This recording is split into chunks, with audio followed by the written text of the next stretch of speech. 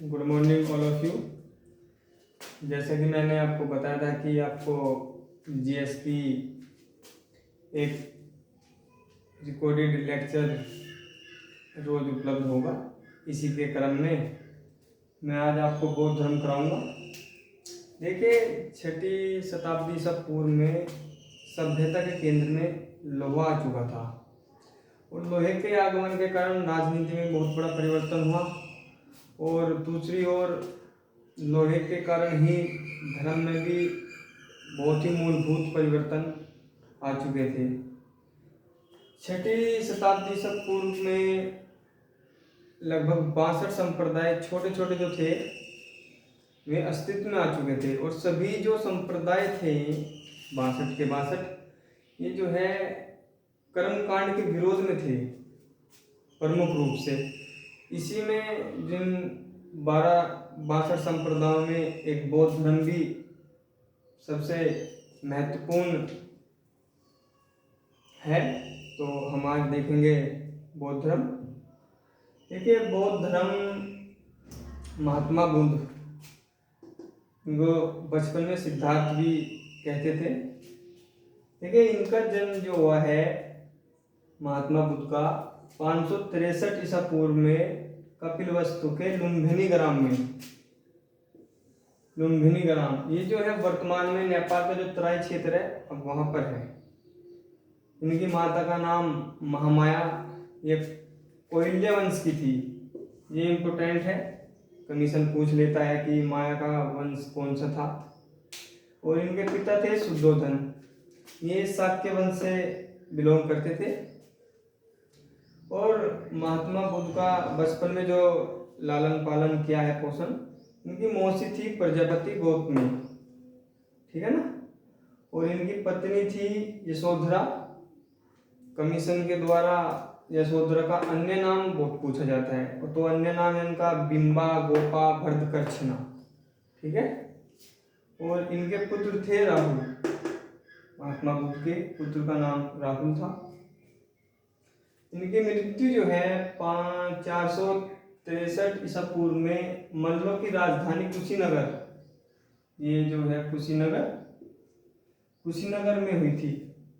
और इम्पोर्टेंट जो फैक्ट है इसमें, बौद्ध धर्म में इनकी मृत्यु को महापरिनिर्वाण कहा गया है, ठीक है ना। तो देखिए, जो जो मैंने अंडरलाइन किया हुआ है वो इम्पोर्टेंट बनता है, तो आप उसको अपने नोट्स में मैनेज कर लीजिएगा। देखिए, मैं आपको छोटी छोटी वीडियो उपलब्ध कराऊंगा जो इम्पोर्टेंट है पेपर के पॉइंट ऑफ व्यू से। तो आज मैं बौद्ध धर्म आपको करा रहा हूँ, इसके अभी कुछ और इम्पोर्टेंट फैक्ट्स मैं आपको भी कराता हूँ, ठीक है। या आप इतना इसको नोट्स कर लीजिए।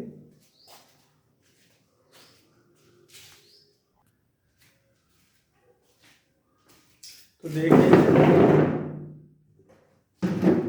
जैसा कि आपने देखा था, अब हम देखेंगे सिद्धार्थ से महात्मा बुद्ध तक का सफर। ठीक है, एक बार जो है महात्मा बुद्ध अपने महल से निकलकर चुपकर निकले थे।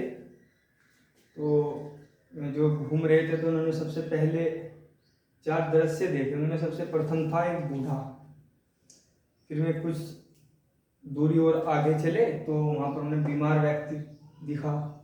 उसके बाद उन्होंने एक मतलब एक व्यक्ति की मृत्यु हो चुकी थी तो उसके शव को लेके जा रहे थे। फिर उसने आगे जाकर देखा तो एक बाबा भगवा कपड़े में बैठे हुए थे। तो ये 4 दृश्य देखकर उनका मन विचलित हो उठा।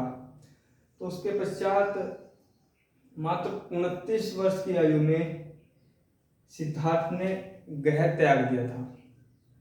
और इस घटना को बौद्ध ग्रंथों में महाभिनिष्क्रमण कहा जाता है। ये बहुत ही इम्पोर्टेंट क्वेश्चन बनता है कमीशन द्वारा। इसको बहुत पूछता है कि महात्मा बुद्ध द्वारा गहन त्याग को क्या कहा जाता है। तो ये आप ध्यान रखिएगा, इसको महाभिनिष्क्रमण कहा जाता है। इसके पश्चात महात्मा बुद्ध सर्वप्रथम वैशाली में गए। वहां पर एक सांख्य गुरु थे, अलार कलाम से मिले। ये महात्मा बुद्ध के प्रथम गुरु थे। ठीक है ना। इसके बाद अंत में उरुवेला बोध गया जो बिहार में पड़ता है, वहाँ पर जाकर 5 ब्राह्मणों से मिले, उन्होंने मुझे शिक्षा दीक्षा दी और उसके बाद उन्होंने तपस्या शुरू कर दी। इसके बाद वे राजगृह में गए, वहाँ रुद्रक रामपुत से मिले जो कि इनके द्वितीय गुरु थे। तो देखिए ये जो चार्ट के माध्यम से आपको पढ़ाया जा रहा है ये बहुत ही आसान तरीके से आपको समझाने के लिए बनाया गया है, वरना किताबों में तो थोड़ा लिखा है, बच्चे की समझ में नहीं आता कि कमीशन क्या क्वेश्चन एग्जाम में पूछता है। ठीक है, जो जो अंडरलाइन किया हुआ है वो बहुत ही इम्पोर्टेंट क्वेश्चन बनता है, तो आप इसको अपने नोट्स में जरूर लिखेंगे, ठीक है ना। तो इससे आगे का भी अभी कराते हैं चार्ट को मिटाकर।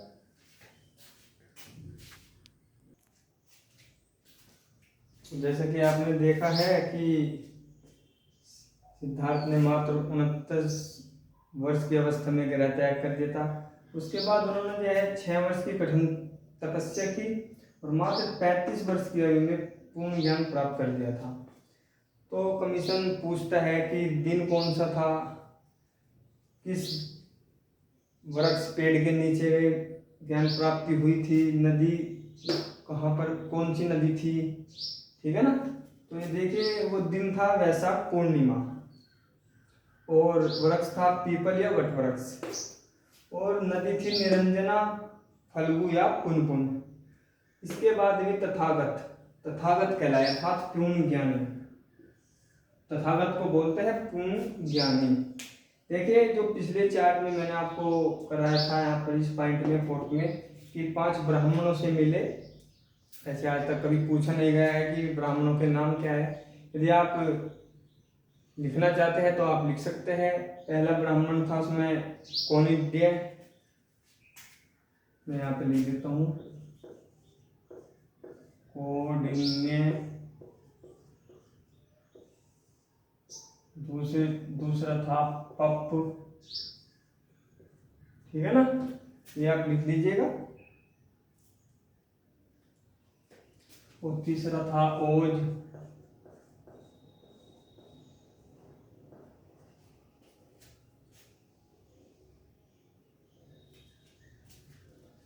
चौथा था अस्सा जी और 5वां ब्राह्मण था भदीय, ठीक है ना। तो आप अपने नोट्स में ये 5 ब्राह्मणों के नाम हैं, कभी कमीशन पूछ ले तो आप का क्वेश्चन गलत ना हो, इसीलिए आप अपने जो पिछले वाला चार्ट था उसमें ये नोट कर लीजिएगा, ठीक है ना। देखिए जो महत्वपूर्ण बिंदु बौद्ध धर्म से संबंधित थे मैंने आपको करा दिए हैं। जैसे बौद्ध धर्म, इससे अलावा भी बहुत इम्पोर्टेंट फैक्ट है, मैं आपको आगामी लेक्चर में वे फैक्ट कंप्लीट करा दूँ, ठीक है ना। Okay, thank you.